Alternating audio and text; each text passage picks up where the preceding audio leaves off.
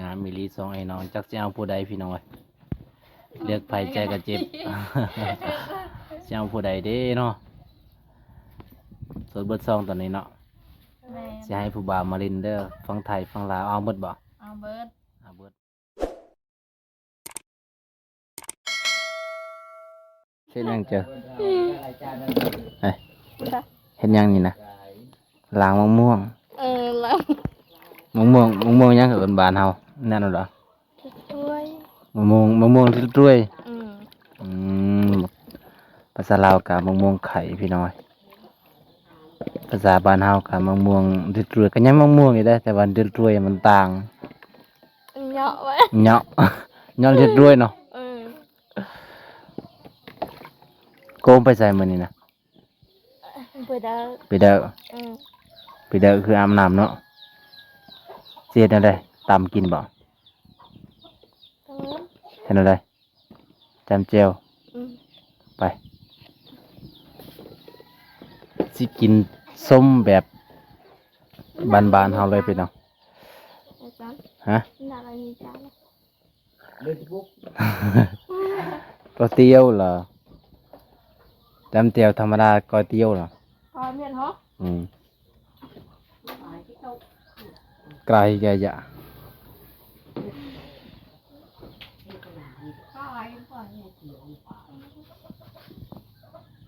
ตอนนี้ก็คือจากผู้ใดหนึ่งเขาเจอบ่เจ้าวันหนึ่งเขาบ่เจอถ้าได้ขาดอง ขาดองขาแดงแม่เบิ้นเnhẹ เบิ้นแยะ กระดอกเกลือกล้วยนั่งเนาก็เตะก็ มื้อเละขาดองอะไรจ้ะถ้าได้ขาดอง ขาดองก็ตะเรีย ตะเรียควายตัวหนึงแล้วเลย ตะเรียโตรยเบิ้นก็เป็นรู้จาหญิง มันก็กินมันบาทเนาะ มันน้ เงินเนี่ยบ่มีเงินประต้นเบิ้น ำโอ้โหกับปลักแต่ตะเบิ้นเกยก็เอาตัวมาบอกเด็กมาใหญ่เบิ้นปลักไปชมไปเกยแม่ก็ห่านทางนั้นเนาก็เตะปลัก นายทานเลย ป้าใจดีขนาดพี่น้องเอ้ย อยากชิบอก เจ้าทั้งอะรวมการทุกประเทศ โรงการใช่ ฮะจ้ะ ฮะ รวมการนี่จ้ะ เอิ้นไปกินข้าวก็บ่ไปเนาะเจ้าเนาะ เนาะ มื้อนั้นกินข้าวก็บ่กล้าแม่นบ่ ตะเกินบุกกาตะเกินตะกายาวมันหนักตะยันไหมมันหนักกิจ้ะ เจียวยังจะเฮ็ดนี่น่ะ โอ้โหดัง เจียวยัง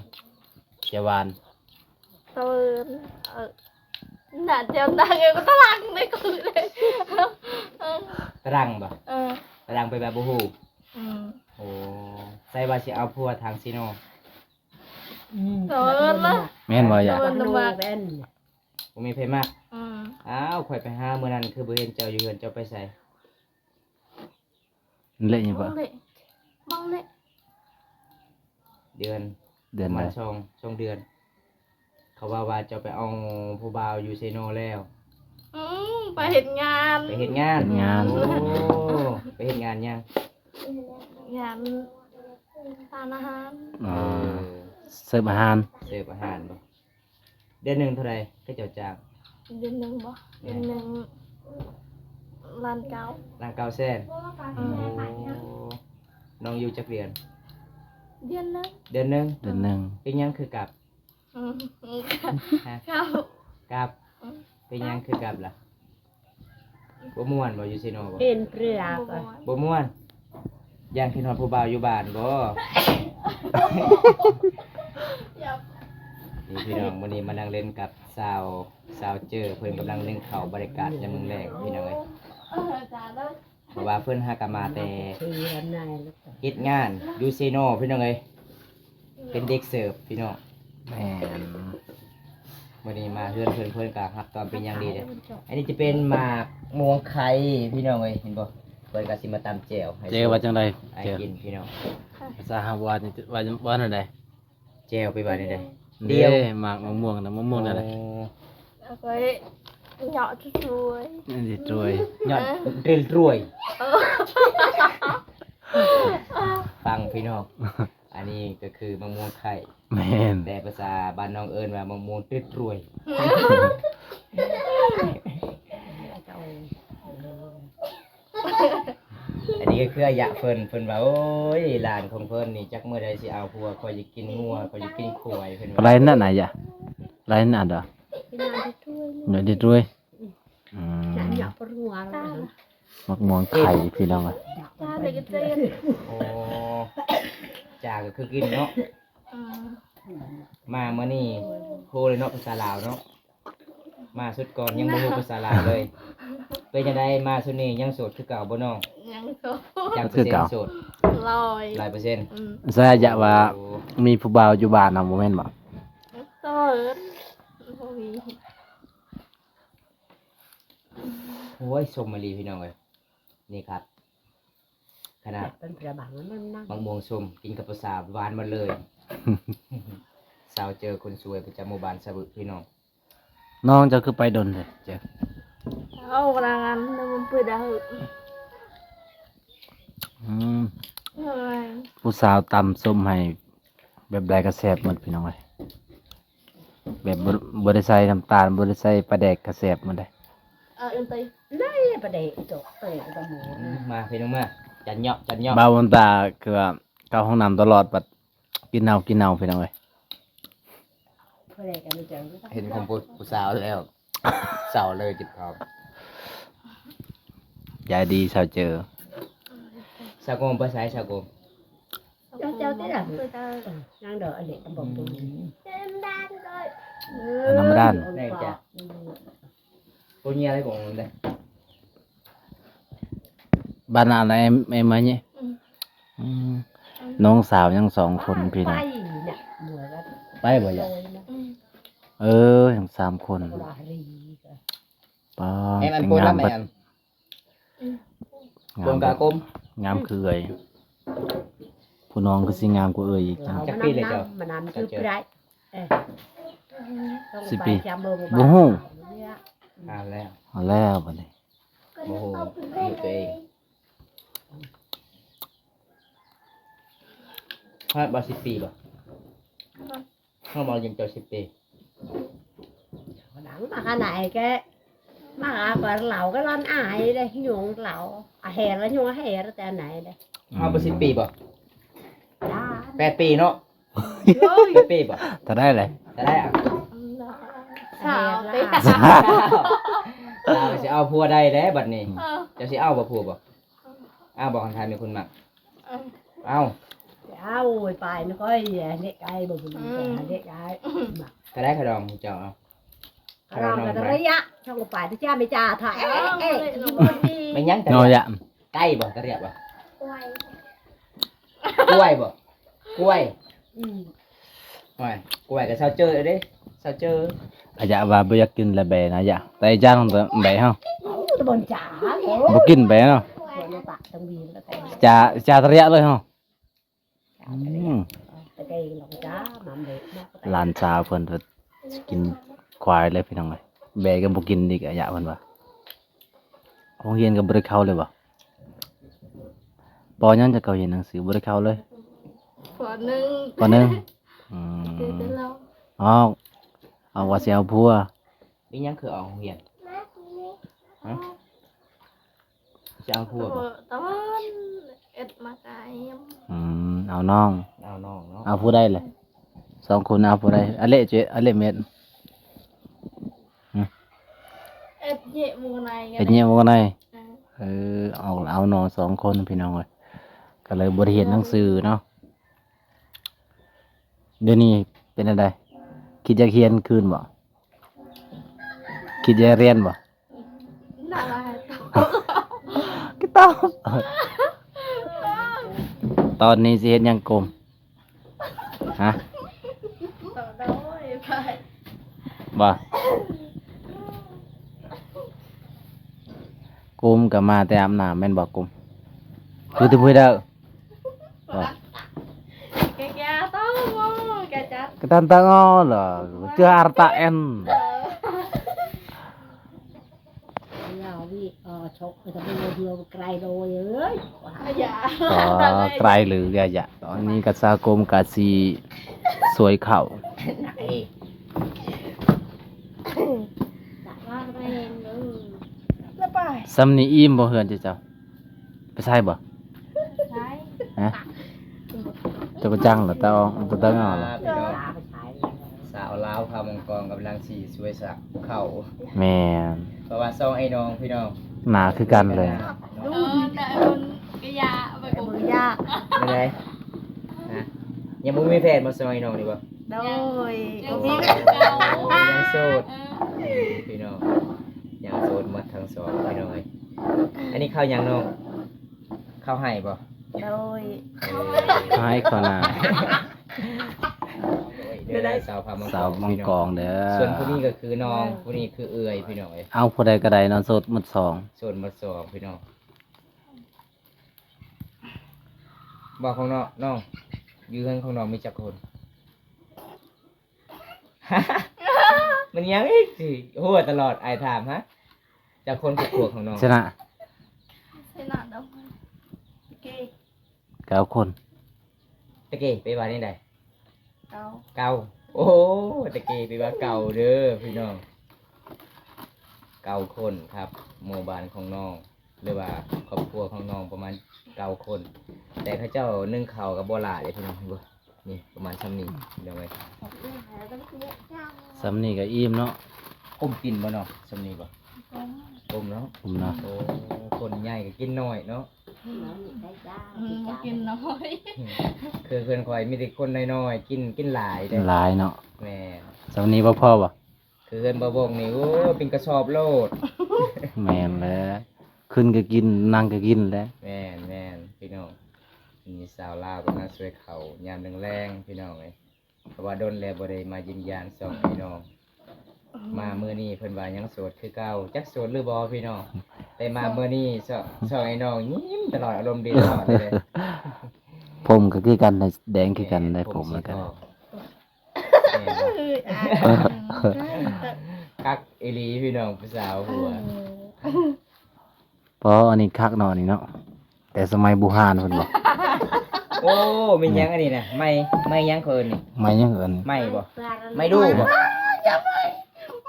ไม่หยังอะยะ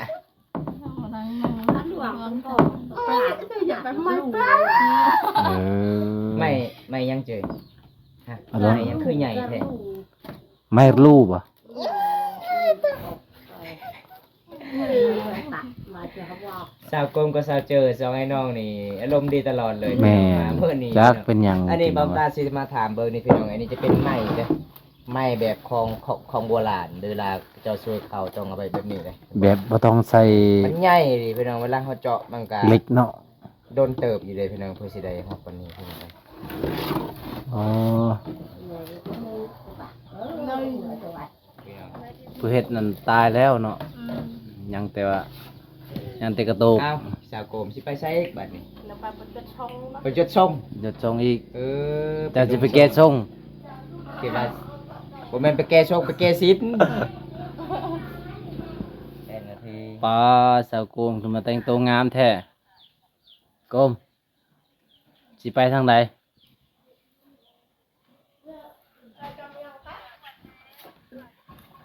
กินส้มอีก จะเต้ ท้องเจ้าคือใหญ่แท้มานบ่ มา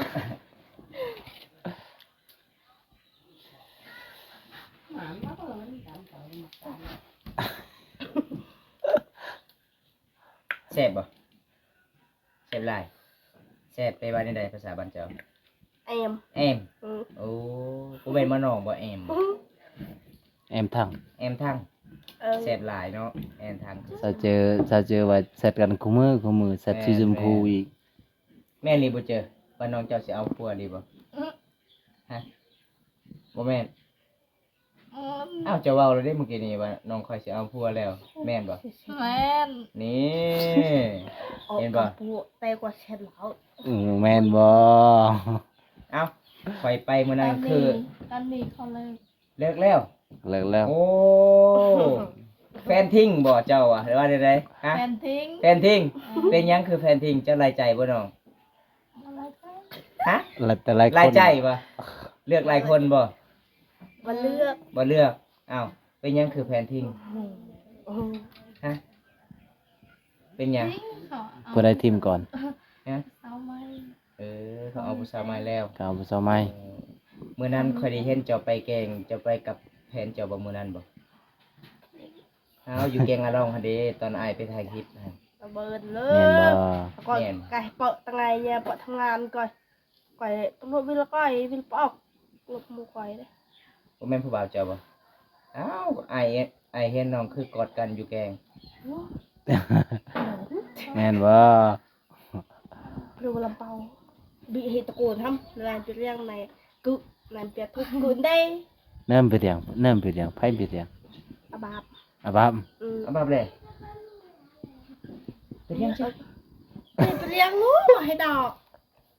hay đỏ đi nè เอาบับเลยนะ ตั้งชื่อไปเรียง ตั้งชื่อไม่ห่างอีกเออ เป็นผู้สาว เป็นผู้ชายแต่ว่าตั้งชื่อไม่ห่าง มันสิแตกเลยเนาะผู้สาวแล้วว่าไม่ห่างค่อยตกใจนั่นแหละ แม่นแม่นแม่นแม่นสาวกลมเนี่ยอายุจักปีกลม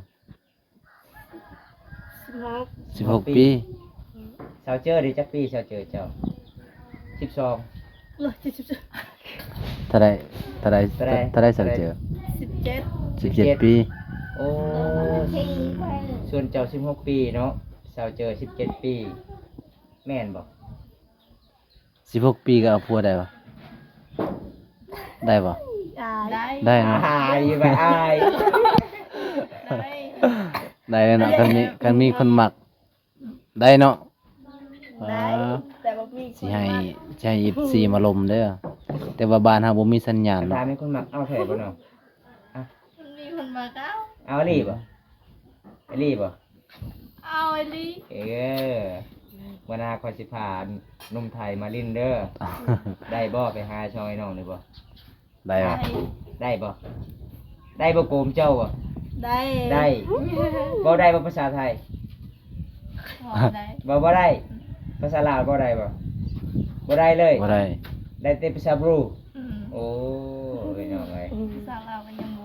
ภาษาลาวยังบ่รู้มีหยังอีกสาวโกมปินไปปินมาเอาแหละ เวลาไปตักมันสิเจ้า2คนไปนํกันบ่บ่ได้ไปนํกัน บ่ได้ไปนํกัน นอนก็นอนนํกันบ่ bò อ้าว นอนเฉยๆ จะนอนอยู่เฮือนไผเจ้านี่ จะนอนอยู่ไส ừ. ฮะ เอาบ่ได้นอนนํ làm hiền mồ อยู่เฮือนหมู่ อื เออ ม ชนเจ้าเด้ เจ้าได้ไส ผู้เดียวอยู่เฮือน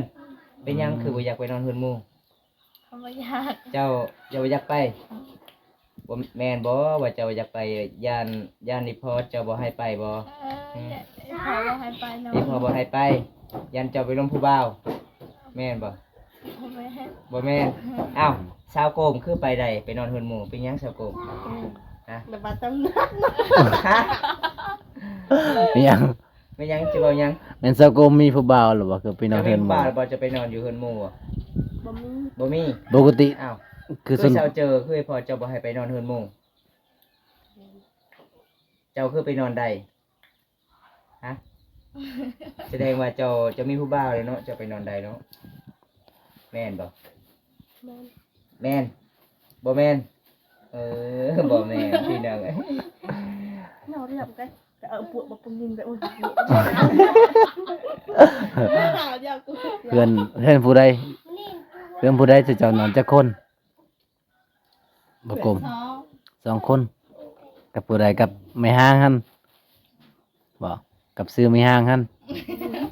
มาสาวเจอเจ้านอนอยู่เฮือนผู้เดียวนี่เวลาผู้บ่าวไปล่มนี่ขึ้นเฮือนเลยบ่ไอ้พ่อจะบ่หายบ่บ่หายจักโมงไอ้พ่อเจ้าให้ล่มกลางคืนนี่ คืนนี้ระวัง แจ้ง 10 โมงถ้าเจ้าถึกใจก็ไปไสบัดนี้ เออเออ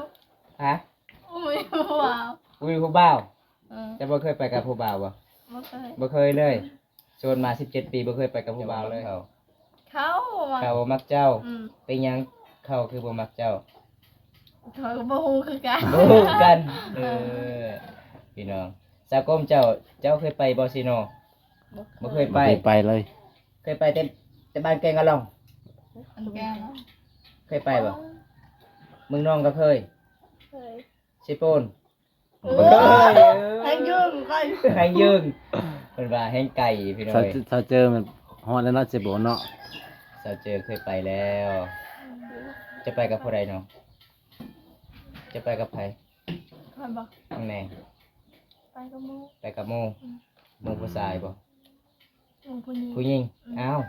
เจ้าขับรถเป็นบ่ เป็น เป็นตีนสวรรค์เจ้าขับได้ ขี่รถจักร เหมือนกัน ขี่รถจักรโอ้พี่น้อง เก่ง แสดงว่า เก่ง ขับรถ เนาะ เก่งเด้อถ้าผู้ใดจะเป็นแฟนกันลาวนี่บ่ต้องขับโลด ซิงเงืองเนาะ อืม ลาพาซิง เจ้าขับเป็นบ่กงบ่เป็น บ่เป็น บ่เป็นบ่เป็นก็ขับหมู่เด้ บ่เป็นกันยางเอาเนาะ สมัยน้องน่าฮักหลายเลยพี่น้องยิ้มก็น่าฮักยิ้มก็สวย จักโมงตอนนี้นะ 3 โมง 3 โมง อืม เบิ่งเป็นบ่ว่า เบิ่ง 3 เป็น โม อง ยู่บ่ เบิ่งฮะ 3 โมงยัง 3 โมงยัง อืม ยังเท่าไหร่ หนัก54 54แม่นบ่3 โมงยัง54ฮะ3 โมงก็ได้บ่แม่น3 โมงยัง6นาทีบ่น้องโกม บ่ได้เฮ็ดหนังสือแต่ว่าอ่านเป็นใช่เนาะ ตามเป็น อ่านเป็นอยู่พี่น้องเอ้ย อยากเห็นนะ 3 โมงยังแต่3 โมงยัง แปลก 54นาทีแม่นบ่โกมจ้ะว่า อยู่บนตู้ โอ้ยพี่น้ มั อน ง ก็สิเข้า4โมงแล้วเนาะ เจ้า มีลีสองไอ้น้องจักจะเอาผู้ใดพี่น้อยเลือกไผใจก็เจ็บ จะเอาผู้ใดเด้เนาะส่วนเบิดซองตอนนี้เนาะ แม่ สิให้ผู้บ่าวมาลินเด้อฟังไทยฟังลาวเอาเบิดบ่ เอาเบิร์ด เอาเบิดเนาะว่าเป็นหยังสาวโกงคือว่ายิ้มตลอด ยิ้ม เว้า นะแต่อารมณ์ เว้าเรื่องผู้บ่าวแล้วยิ้มตลอดเนาะ จังบัดนะนำบัดนี่บัด ขอบใจนะ จะได้ก็สิได้กลับก่อนเนาะมื้อหน้าก็มาพอกันใหม่เนาะถ้ามีผู้บ่าวมักผู้บ่าวฮักกะให้เขาทักทางเฟซเลยเนาะเฟซน้องมันได้ก็ ลองเจอ น้องเจอโกมเด้ กลมโสด โกมโสดเอ้ยเนาะ บัดเขาเบิ่งอยู่ในเพจเห็นผู้บ่าว เห็นผู้บ่าวกอด โย บ่ได้เนาะจะได้ก็กลับก่อนเด้อบ๊ายบาย บ๊ายบาย